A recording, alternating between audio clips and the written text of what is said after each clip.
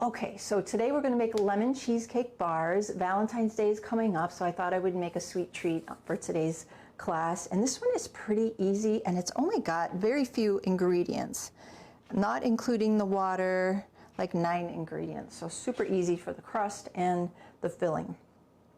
All right, so, and I already made a batch ahead, so you'll get to see what they look like at the end, all done and pretty. All right, so we are going to use our blender today. If you have a Vitamix, that's extra good for recipes like this because we want to get our filling super nice and smooth. All right, so we are going to put into the Vitamix, and I'm periodically going to check my recipe just to make sure I don't miss any steps. We're going to put in 6 ounces of unsalted raw cashews. If you don't do cashews, you could probably use another nut. I haven't tried it, but you want to use like a white nut, so maybe macadamia nuts would work, or maybe even like a tofu would work. Someone in the comments yesterday when I posted this recipe suggested maybe sweet potatoes. I think they're all possible. I have not tried them. I like cashews because they're white. They don't have a distinctive flavor, so you can really use them as a blank canvas, but they're nice and rich. All right, so 6 ounces of cashews, which is about 1 1/4 cups. Then we're gonna do 5 ounces of dates. And these are already pitted, and they're just kind of like that. So you don't really have to chop them. Just make sure the pits are out though, because if the pits end up in here, it's gonna sound like a piece of glass going around, and that's not the best. And that could be bad for your blender blades. And you don't want to bite down on one of those pits because it will hurt your tooth. All right, and then we're going to put in 1 cup of water.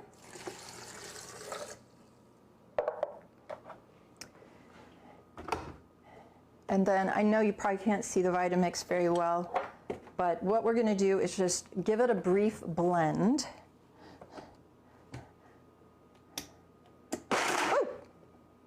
Turn that down. Okay.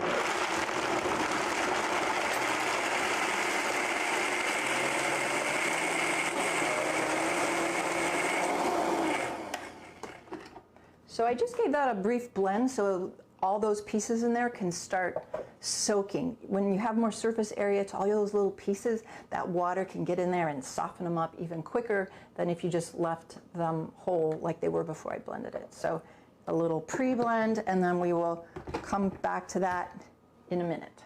I always weigh my nuts and my dates because nuts and dates come in so many different, well, they vary in size. So I always like to measure mine, and I always give the measurements for nuts and dates on my recipes in ounces, because really that's the most precise measurement. If you just say, you know, 5 dates, they can be very different sizes. So if you have a scale, use the scale. If you don't have a scale, pick one up. They're inexpensive and they're really handy, and you'll get the most accurate measurement there. Okay, so all right. So now we are going to work on our crust, and I am going to use my food processor for this. If you don't have a food processor, I'm not really sure how else you would do this. I don't know if it would work with the blender. I think the blender would just kind of seize up because it would be too thick in here. But I do use my blender like almost every single day. My food processor less often, but I'm really glad that I have it because it is better for things that are drier, whereas the blender is better for things that are liquid. Oh, and if you want to make flour and stuff like that. But this really pulverizes. This, you can have more control over the blending degree. Okay, so I've got my S blade in there, and now we're going to put in 1 1/4 cups rolled oats, and yeah, so we've got our rolled oats. We're duplicating ingredients here. We've got our cashews, we've got some more dates. So 1 1/4 cup rolled oats. I'm just using the Bob's Red Mill. You can use any kind of rolled oats that you like. Normally I buy the gluten-free, but they didn't have it, so I just got the organic. And then we're going to put in, so that's 1 1/4 cups that we're putting in here. And then the cashews, about 1/2 cup, 2 1/2 ounces. Those same cashews that we used in filling, raw, unsalted. Whenever I buy nuts and seeds, I always try to get the raw and the unsalted because it's better for health. All right. So we've got our cashews, and we're just going to process this until it turns into flour.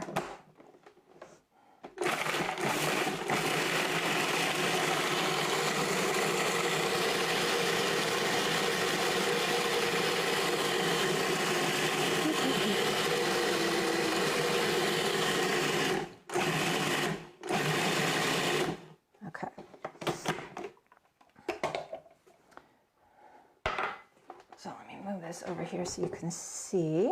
So that looks like flour. If it's a little coarse, that's fine. You can keep blending it some more. All right, now we're going to put in the dates.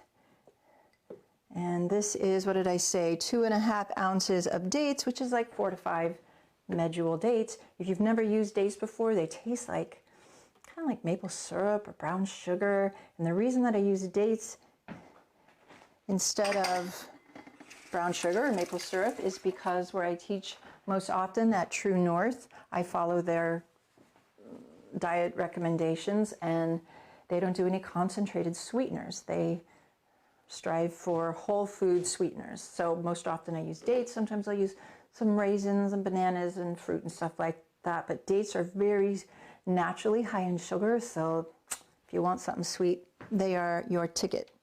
All right, so we're just going to pulse this until things just slightly start sticking together. Okay.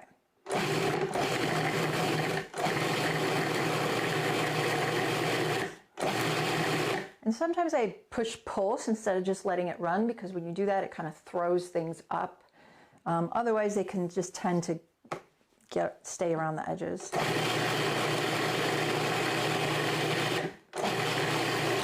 And the instruction for this is, let me see, add the dates and process for about 1 minute, pulsing now and then until the mixture just begins to clump together. So we're getting there.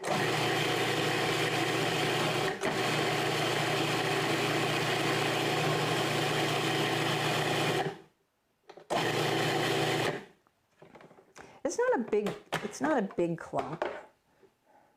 It's just kind of a little clump. All right, now we're going to add some non-dairy milk. I am using the organic unsweetened plain soy milk, and we're just going to put in 1 1/2 tablespoons.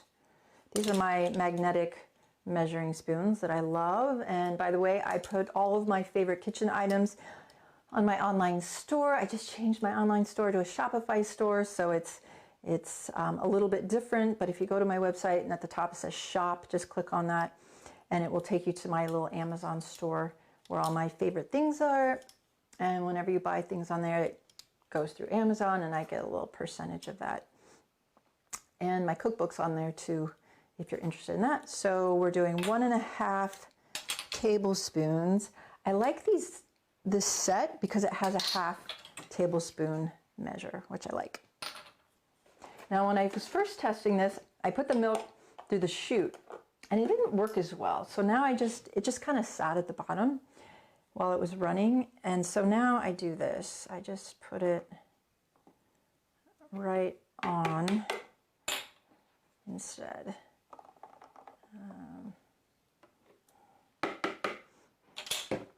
You can use any kind of non-dairy milk that you like. I like this one because it only has 2 ingredients, so organic soybeans and water, filtered water. Okay, so now we're just going to pulse this until things start clumping together.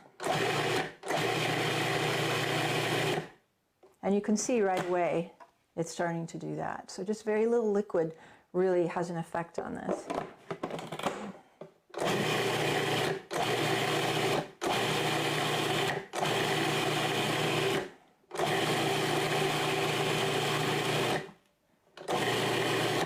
Okay, so let's check it. You just want to press a little between your fingers That looks good. It could probably take a little bit more.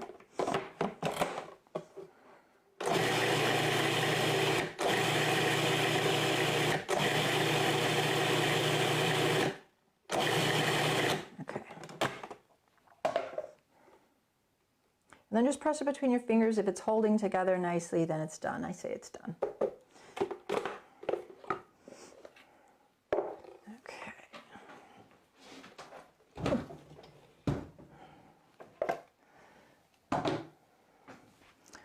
All right. Now we're going to get our pan ready. This is an 8 by 8 inch square baking dish. Okay, so we are going to take out our S blade. And we're just going to dump our crust right into the pan. And also, I didn't mention at the beginning, I have preheated my oven back there at 350, and we are going to pre-cook this crust before we put the filling in. That way the crust doesn't end up soggy in the end. All right, so there's a couple options here. You can just use your fingers and go around. At first, do use your fingers to kind of even the crust material out. Like that. And then you can keep on using your fingers. You want this pretty dense and tight in there, so you really want to press down. But one day, while I was doing tests of this, I thought, I wish I had a little short rolling pin. So I got this little tomato paste can and I cleaned it, and I just keep it in my cupboard now, and I use it as my mini rolling pin. And it's great for compacting the crust. And it puts some little ridges in the dough, but that's okay because we're going to put filling over it anyway, so it does not matter. If you've ever had cheesecake, you know that crust is pretty tight and dense, so that's what we are doing. And then if the corners come out, just press them down with your finger. If the around the edges, if the crust comes up a little bit, that's fine too, or it can be completely flat. Okay.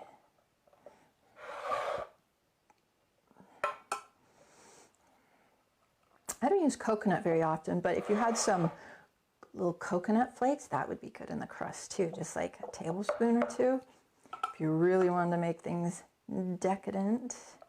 Okay, so I could just do this all day long because this is very therapeutic here and nice. All right, so just a little tip for you. If you want a little mini rolling pin, you can do that. These freeze well. Okay, so we're going to set this aside. Doesn't that look nice? Easy, easy, easy. All right, so let me move the Vitamix over and just double check my instructions. Oh, we're going to put this in the oven. I forgot. See, it's a good thing I checked my instructions. So we're going to put this in the oven for, what do I say, like 13 to 15 minutes, just so it can do a little pre-bake. And my oven is on.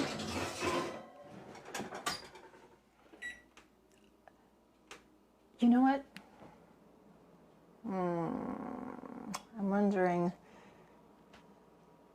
I didn't plan that very well. Let me see. What I needed was a crust that was already done, but this is going to take too long to cook because this filling isn't going to take long at all. So let's try this. Let's just say this is already cooked. And I'm going to bake it when I'm done and just see how that works, not pre-cooking the crust. I think it'll still taste great and it will still cook a little, but the crust might be a little softer. Am I confusing anybody with that? All right.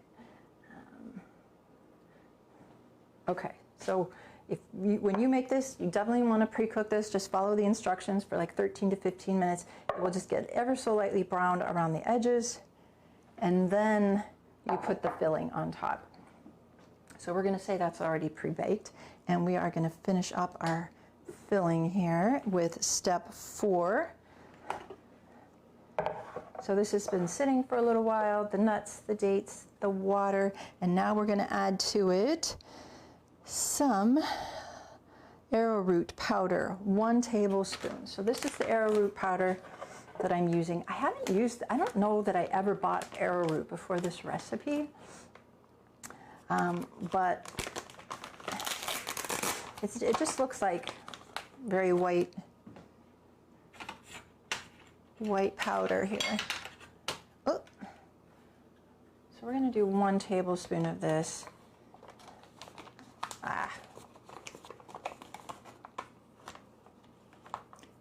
And what the arrowroot does is it stiffens things up. If we were not to put the arrowroot in and it was just with the nuts, we were relying on the cashews for the stiffness, it wouldn't firm up.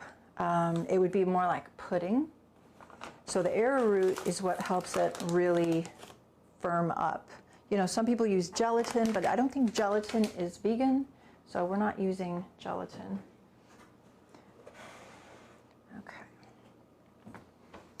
And as I said earlier, I was curious about arrowroot a little bit, so I looked into it and I printed out a few things just to kind of let you know what it is, because it is kind of a weird ingredient and you may not have ever used it before. So I'll just ramble off a few things here. Arrowroot powder is gluten-free, grain-free, and vegan. It's a starchy substance that's extracted from the root of a tropical plant that looks like a cassava or a yucca plant. Let's see, the difference is how it's extracted, which is unlike cornstarch. Arrowroot powder is extracted in simpler, more traditional methods without the use of high heat or harsh chemicals. Sometimes it's also called arrowroot flour or arrowroot starch, and they're all the same thing. So, number 2, arrowroot powder can replace cornstarch as a thickener. Let's see, some people don't want to do cornstarch because they have an allergy to corn or a sensitivity, or they're trying to avoid anything that could possibly be GMO or pesticide laden, and corn is a biggie that is often GMO. And let's see, okay, arrowroot has no taste, and cornstarch has a slight taste and leaves foods kind of cloudy and opaque. Okay. It says if you are using it as a cornstarch replacement, start with 1/3 to 1/2 the amount of cornstarch required. Okay. So anyway, if you want to learn more about arrowroot, just Google it. I found a lot of information about it there. And now we're going to put in our lemon juice. And this requires a 1/2 cup of lemon juice. Oh, and zest. Here we go. Lemon zest as well. And you know, it often seems like there's one thing that I forget or I don't plan correctly for, and last night it was lemons, because I already made a batch yesterday of the bars and I didn't have enough lemons to do today. So I called my trusty neighbor and asked her if she had any lemons, and she did. She said she just picked these from her tree. So these are nice off the tree lemons that we're using. I already have some juice. I had a little bit of juice, but we're going to add to it. But before you juice, we're going to zest. And we're going to use the microplane to zest. And what I learned with zesting is, and this is on my website store if you've never used a microplane, these are used for citrus zesting. I do my whole nutmeg on here. It's just a great little inexpensive tool to have around. It's extremely sharp. All right, so the way I learned is just to kind of do like 3, and then you turn it a little bit, and you do 3 more. So it doesn't have to be exact, but you want that yellow outer peel. You don't want so much that white stuff on the inside because it's not very flavorful. So we are aiming for 1 tablespoon of lemon zest, which I find is about 1 lemon. This is kind of a big lemon. I don't know why I look at it every time. You can just turn it. So we'll see how we do on the 1 tablespoon. And of course, you want to make sure you do this, as I said, before you juice your lemon, because then you'll have a squishy shell of a lemon left, and that will be hard to zest from, I don't know if you can buy lemon zest pre-zested. Does anybody know? It seems like I remember you can get frozen lemon zest. Did I hear that right? I don't know. And then just tap it to get it off. That looks like probably 1 tablespoon. So I'm going to stop.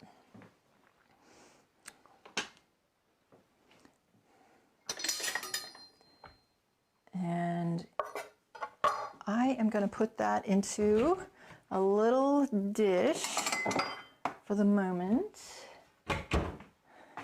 because I'm not going to blend the zest. And that's just a little peculiarity of mine. I don't want because when you blend zest, it becomes like explosive in flavor, and I don't want that. I just want it to stay this way, and we're going to stir it in a second. But first we are going to get our lemon juice. Now I have 2 ways to juice. You can use this one, or I have the little manual hand one. I think this will fit just barely. And we are going for a 1/2 cup. And you want to put the flat side down because the holes are down there. And we're basically turning this half lemon inside out. Okay. These give your biceps a good workout and your forearms. Ugh. Okay, we are aiming for a 1/2 cup. Okay. See, it makes it into a little hat. Need just a tiny bit more. Boy, that's tall. Okay. All right, so that's a 1/2 cup. I will not throw this away. I'll use this in something else.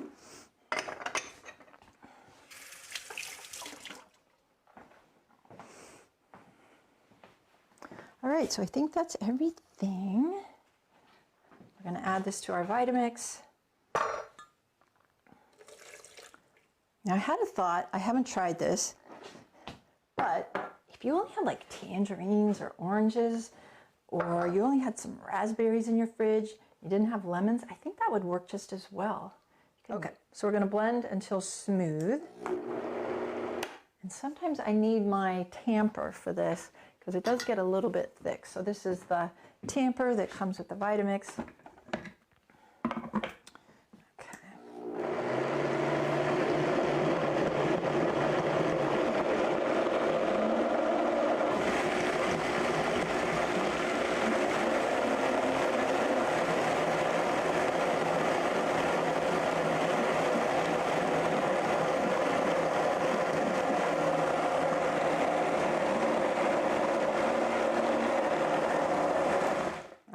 So at this point, we're looking good. I will show this to you.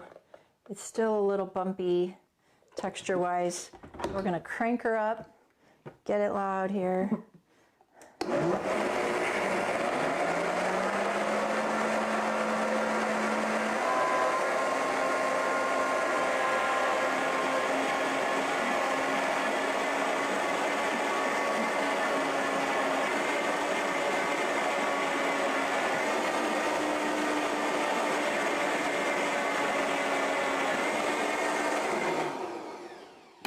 Check it.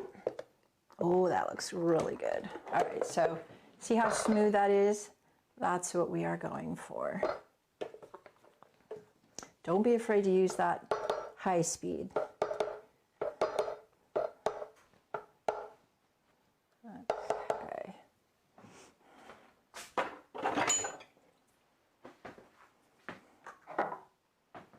All right, so back to our crust. And we're just going to pour this right on top.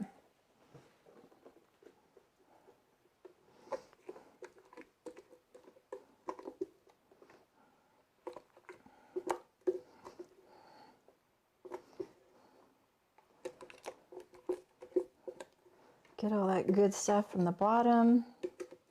And you know what I was thinking? If you didn't want to make this much, maybe you just live alone and you don't want quite this much dessert, well, you could freeze some, but you could also make a half batch and then just put it in your little cupcake pan and make little single serving sizes. Because I know if I have all this around and I haven't frozen some, I will just eat it all. So, and it's very rich. This definitely falls into my once in a while category. This is not something I'm eating on a regular basis because it is so rich. But if you ever want to bring a plant-based dessert, you know, someday when we can all get together again to an event or something, and you bring these little squares, oh my gosh, people will love them. I also have a recipe on my website called lemon raspberry cheesecake. It's kind of similar to this, so if you want more of a cheesecake, traditional cheesecake look, you can check that out. So try to get this as smooth as possible first. I could probably have even added a tiny bit of liquid to this so it would kind of smooth out a little easier on top. Okay. So one thing you can do at this point is just kind of shake it to smooth it, and you see how it's getting a little bit smoother. If it has a tiny, like a few more, like half, well, maybe a teaspoon more of water or something, it will smooth out totally. Okay, so we're gonna put this in the oven. That's it, nothing else to do. Oh, you guys, I forgot to put the lemon zest in. I know myself, I'm so bad at remembering. I should have put it right here. So anyway, before you put the filling in on top of the crust, stir the lemon zest into the filling. Okay, I mean, I could maybe still do that, but then, blah. This just adds a little extra like zip to it. Here is a finished lemon bar. That's a corner piece. I cut 2 pieces off the pre-made one. Here's another one. And you can see it holds up really well. These were in the fridge overnight, but when I first made them yesterday, I just let them sit out on the counter for a couple hours and then cut into them, and they did just fine. If for any reason yours doesn't do just fine, you could add a little bit more of that arrowroot. But I remember when I was testing this, I think I tried like 2 tablespoons of arrowroot, and it was way too much. They just came out to be like super, too much, super rubbery. You don't want that. Now you can just eat it like that. You could put some strawberries, raspberries on top. We could probably garnish with our lemon zest a little on top. But I wanted to show you my trick. You guys are probably tired of this. And did I put so you take a few cashews or walnuts or whatever kind of nut, put them in your rotary cheese grater, put a few nuts in, and then just do a little light topping. It just, you know, we eat with our eyes as well as our mouths, so it's nice to have a little nice topping. And actually, well, that looks nice with a little over on the edge, or you could put the topping on, then plate it, and then it'll be all nice and clean like that. You could also put a little oat flour or almond flour over the top if you want something a little finer. You know that trick where you get your, what do you call this thing? And you put a little flour in, and then you just go toot, toot, toot, toot, and do a little dusting. You could do that as well, which will be finer, look a little bit more like powdered sugar. Or you could just use powdered sugar, but I don't use powdered sugar in my recipes. Take a bite of it for you. That's always a fun part of the cooking show. Doesn't that crust look nice? It's a little on the thick side, so you're getting like the cookie there. Mmm. It's so good. So good. Creamy, but not stiff. Perfect. And that is it. All right. Thank you guys so much for showing up. This is so fun, and I will see you soon.